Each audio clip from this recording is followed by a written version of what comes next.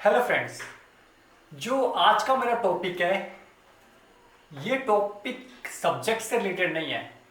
ये एक ऐसा टॉपिक है जो आप मुझे व्हाट्सएप पे पूछते हो, फ़ोन करके पूछते हो कि हमें ये सब्जेक्ट समझ नहीं आ रहा या हमें ये टॉपिक समझ नहीं आ रहा।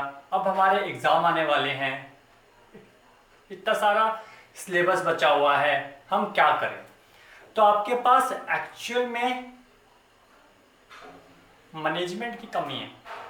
ठीक है, आपको यही नहीं पता चल पाता कि हमें स्टडी कैसे करनी है इस फील्ड में, क्योंकि आपका माइंड अभी भी 11th-12th में आपने जैसे स्टडी की थी, जैसे आपका फोकस था नीट एग्जाम में, अभी भी आपका फोकस सिर्फ एग्जाम्स में ही है कि आपको भी फर्स्ट ईयर क्लियर करना है, फिर सेकंड करना है, फिर थर्ड ईयर करना है। थर्ड के बाद आप सीधा एंट्रेंस की तैयारी स्टार्ट कर देते हो, एमडीएमएस की प्रिपरेशन स्टार्ट हो जाती है।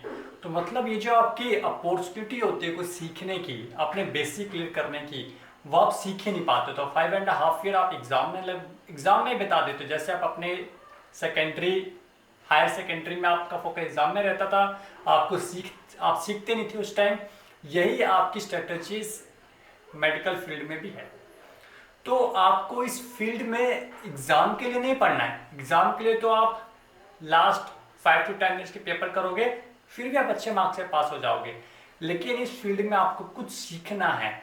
जो आप चीज़ सीखोगे वही आप अपने पेशेंट्स पे अप्लाई करोगे। यदि आपका माइंडसेट बिल्कुल वैसा ही रहता है जैसा आपका स्कूल लेवल पे था कि आपको सिर्फ एग्जाम के लिए पढ़ना है, अच्छे मार्क्स लेकर आने हैं, ठीक है, ये बिल्कुल रॉन्ग अप्रोच है मेडिकल फील्ड में। मेडिकल फील्ड में आपको सिर्फ और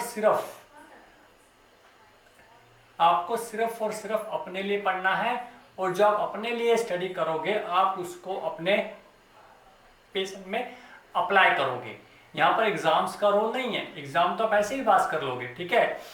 तो यहाँ पे सबसे बड़ा जो मुझे डिफेक्ट लगता है वो है आपका स्टडी का अप्रोच। आपकी जो स्टडी की अप्रोच होती है पढ़ने की, वो गलत लगती है। आप क्या करते हो, चैप्टर वाइज पढ़ते जा रहे हो। आपको एनाटॉमी पढ़नी है चैप्टर वाइज, फिजियोलॉजी पढ़ रहे हो चैप्टर वाइज, है ना, ओप्स गायनी फार्मा सब आप चैप्टर वाइज पढ़ रहे हो। जैसे हम 11th-12th में पढ़ते थे कि चैप्टर वाइज ही पढ़ना है, ठीक है, मार्किंग अकॉर्डिंग पढ़ रहे होते हैं, ठीक है। तो आपका ये जो अप्रोच है बिल्कुल गलत है। आपको सिस्टम वाइज पढ़ना चाहिए। फॉर एग्जाम्पल अभी आपने एनाटॉमी से रेस्पिरेटरी सिस्टम पढ़ा है, तो आपको फिजियोलॉजी से भी रेस्पिरेटरी सिस्टम पढ़ना चाहिए। आपको यदि फर्स्ट ईयर में तो आपको बायोकेमिस्ट्री भी आपको रेस्पिरेटरी सिस्टम की पढ़नी चाहिए। यदि आप सेकेंड ईयर में जहाँ पर आपको फार्मा से डील करना है, पैथो से डील करना है, यदि पैथो से डील कर रहे हो तो आपको अगेन एनाटॉमी, फिजियोलॉजी, फार्मा, ठीक है, और पैथो, इन चारों सब्जेक्ट्स का एक आपस में रिलेशनशिप है। तो आपको वो रिलेशनशिप ब्रेक नहीं करना है। आपको पर्टिकुलर सिस्टम यदि आपका कंप्लीट हो जाएगा तो आपकी उस सिस्टम में अच्छी पकड़ हो जाएगी।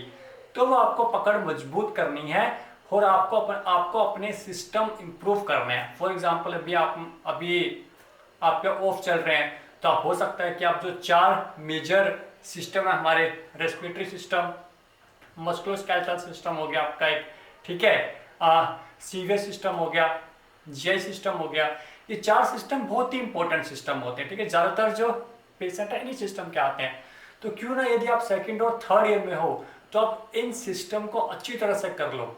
इन सिस्टम की हिस्ट्री कैसे लेते हैं, इन सिस्टम में डायग्नोसिस कैसे बनाते हैं, इन सिस्टम के ड्रग्स क्या हैं, इन सिस्टम के एनाटॉमी क्या है, फिजियोलॉजी क्या है, डिफरेंट टेस्ट क्या है, वो सब सिस्टम वाइज पढ़ो। एग्जाम के लिए बिल्कुल मत पढ़ो, और डेली पढ़ो, इंटरेस्ट के साथ पढ़ो।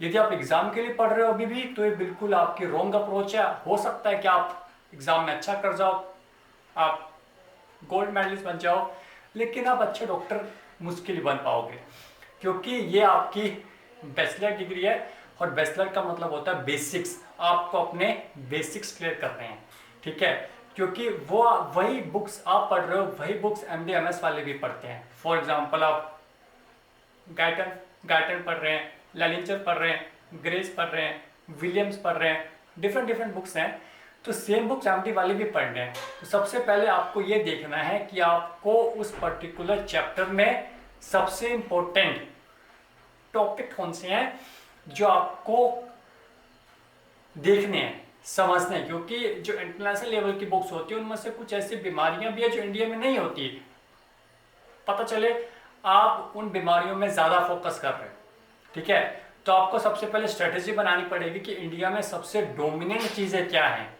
ज़्यादातर पेशेंट कौन सी बीमारी के आते हैं इंडिया में। सबसे पहले आपको उन सिस्टम वाइज में उन बीमारियों को ढूंढना है, उनकी लिस्ट बनानी है। उसके बाद आपको सिस्टम वाइज स्टडी करनी पड़ेगी, ठीक है। तो अब ये अप्रोच अपनाइए, एग्जाम के लिए बिल्कुल मत डरिए। डेली पढ़ोगे, थोड़ा पढ़ो, डेली पढ़ो। ऐसा नहीं है कि आप सब कुछ सारे सब्जेक्ट इकट्ठा करके एग्जाम के एक हफ्ते पहले आप पढ़ रहे हो तो आपको बिल्कुल बोझ लगेगा कि इतना सारा सिलेबस कैसे कंप्लीट कर सकते हैं। उस टाइम तो भी समझ नहीं आता कि क्या इंपॉर्टेंट है क्या इंपॉर्टेंट नहीं है। बट अब अभी आपके पास टाइम है, अभी आप समझ सकते हो कि क्या चीज़ इंपॉर्टेंट है और क्या चीज़ इंपॉर्टेंट नहीं है। वैसे तो इंपॉर्टेंट सब होता है, लेकिन बैचलर लेवल पे सारी चीज़ें इंपॉर्टेंट नहीं होती है जानना, ठीक है। तो इस लेवल पे आपको क्या चीज़ जाननी है और क्या चीज़ नहीं जाननी है, या जाननी भी है तो बिल्कुल स्मॉल अमाउंट में जाननी है या स्मॉल उसमें जाननी है, ठीक है। तो अब ये चीज़ें समझ लो, इससे आप एक अच्छे मेडिकल स्टूडेंट भी बन जाएंगे, आपके एग्जाम्स भी क्लियर हो जाएंगे, ठीक है। तो आज का वीडियो का यही एम था कि आपकी जो अप्रोच है, जब मुझे फ़ोन करते हो और मुझे बताते हो कि मैं ऐसा पढ़ता हूँ, ठीक है, तो अप्रोच बिल्कुल गलत लगती है मुझे। तो मैंने सोचा इसी पे वीडियो बना दूँ कि राइट अप्रोच क्या होनी चाहिए मेडिकल स्टडीज़ की, ठीक है। तो इसी के साथ ये वीडियो को मैं समाप्त करता हूँ। नेक्स्ट वीडियो में मैं कुछ इंपॉर्टेंट टॉपिक्स आपको लोअर लिंक के बताऊँगा एनाटॉमी के। Bye bye.